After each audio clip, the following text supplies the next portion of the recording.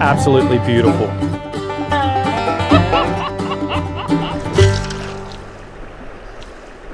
Hi guys, welcome back to Tom's Outdoors. I'm Mickey. This is our intro to fly fishing series. So far, we've just taken the most basic look possible at a rod, at a line, which we all agreed was the most important thing, and then the reel, which we can all agree is important, but you know, it's kind of like the middle child of the fly fishing setup. When it comes down to it, fly fishing reels, awesome pieces of kit that they are designed to do two things. The first is store your line. This is easy to throw in your backpack, throw in your drawer, or anything else. The second is to come out smoothly when you want them to come out smoothly, and wind in nicely when you want them to wind in nicely. Pretty straightforward. Now, they achieve this by a few different methods. Most fly reels today are what we call large arbor. That just means they're nice big circles as opposed to little circles, because when you have a big circle, it means that your plastic coated fly line doesn't coil as badly on the reel, so it stores it nicely. It also means it's a bit bigger so that every turn you make with the reel gets a bit more line on there. Now, quite often when you are fighting a fish, the reason we don't get too obsessed with reels, you end up using your hands, and we're going to go into that into a later video. But sometimes when you're fighting a really big fish, you do need that reel to fulfill that line going out nice and smoothly, and we do that with our drag knob here. What that does, it has a little pressure plate inside that creates drag on the line, which makes it harder to pull off, which makes your fish have to work harder. Whew.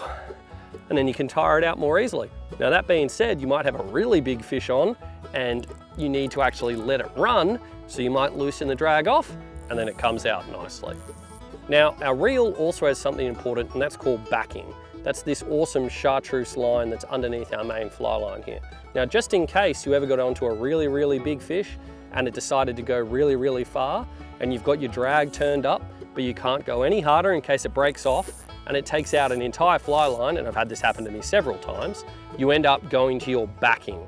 So, fly lines are only about 90 to 100 feet long usually, so once a fish has run further than that, we need to have our insurance. Our backing is our safety. There can be another 100 meters of backing on most fly reels. Some go up to 200-300 when you go into saltwater and bigger reel applications.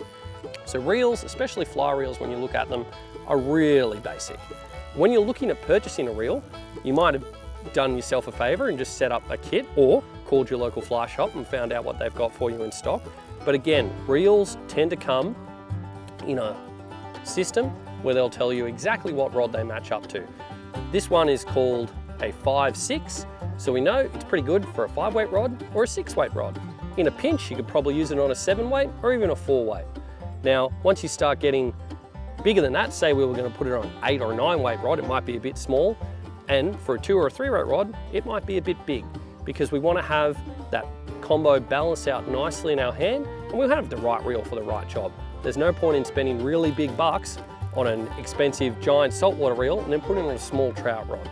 Now, once you've got your reel, and once we've spooled it out for you at Tom's, you're going to want to attach it to your rod.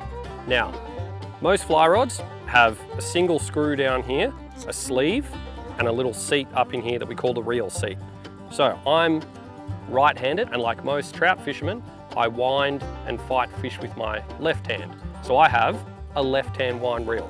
Almost all of these reels we can swap over and make them right-hand wind. If you're more comfortable winding a reel with your right hand, that's an easy thing to do. And there's no hard and fast rule. If you like winding with your right hand, get us to turn it over to a right-hand reel. If you like winding with your left hand, stick with it as left hand. A lot of people get into way too many debates about reels. The key is to do what's comfortable and get out there and have fun.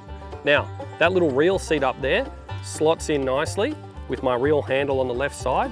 I slide up the bottom end of the reel seat, push that in, and then I just turn my screw up to firm pressure, no need to go crazy, and my reel's attached to my rod, ready to go. Awesome, guys. Now that we have our line on our reel and our reel attached to our rod, we have our whole combo put together and we're ready to fish. Hopefully you've got a bit better understanding about the basic components of a fly fishing combo. Now, if you've missed any of the other videos, go back and give them a look. If you're too far gone, look to the future, because we'll be coming for you. And as always, you got any questions, you can write it down here in the comments. You can call up the shop, come in and visit us, or you can fax Pat. Let's go fishing.